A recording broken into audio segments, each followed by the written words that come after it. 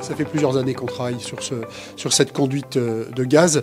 L'idée, c'est d'apporter donc effectivement de l'énergie directement sur nos sites industriels. Que ça soit Tokay Cobex sur les besoins dans le cadre de la batterie du véhicule électrique pour le futur, que ça soit Ugiring dans le cadre de son implantation sur l'ancien site de Ferropem, eh bien la question du gaz était absolument nécessaire pour pouvoir faire les développements, pour pouvoir faire les investissements, pour pouvoir embaucher aussi et développer les process industriels ici localement. Il peut y avoir des questions sur l'utilisation d'une conduite de gaz sur de tels types de projets.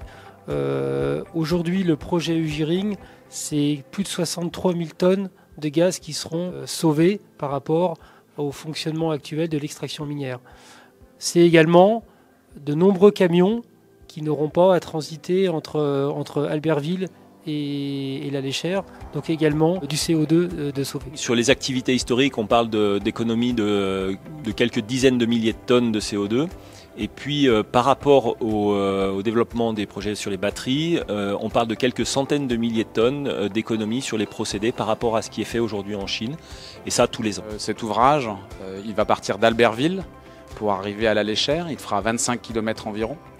Et sa grande particularité pour nous qui sommes transporteurs de gaz, nous allons utiliser une technique qui est utilisée par nos cousins distributeurs de gaz, à savoir un réseau en polyéthylène posé en domaine public et à une pression de l'ordre de 10 bars.